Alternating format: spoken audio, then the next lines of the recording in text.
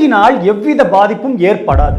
எடுத்துக்காட்டாக இதில் பூசப்படும் கெர்னோபா வாக்ஸ் ஒரு வகை பனை மரத்தின் இழையிலிருந்து தயாரிக்கப்படுகிறது. சோயா வாக்ஸ் சோயாபீன்ஸிலிருந்து தயாரிக்கப்படுகிறது. ரைஸ் பிராண்ட் வாக்ஸ் நாம் உண்ணும் அரிசியிலிருந்து தயாரிக்கப்படுகிறது. மரத்தில் இருந்தோ செடி கொடிகளில் இருந்தோ பறிக்கப்பட்ட உடனேயே இப்பழங்கள் யாவும் ஈரப்பதத்தினை இழந்து மெதுமெதுவாய் காய்ந்து அவையின் ஊட்டச்சத்துக்களை இழந்துவிடும்.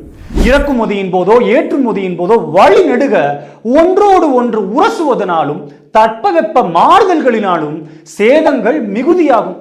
அசுத்த நுண்ணுயிர்களின் தாக்கத்தால் நோய் தொற்றுகளும் ஏற்படும். இவை யாவற்றிலிருந்தும் பாதுகாக்கவே பறித்த உடனேயே நன்றாக கழுவி இம்மெழுகுகள் பூசப்படுகின்றன.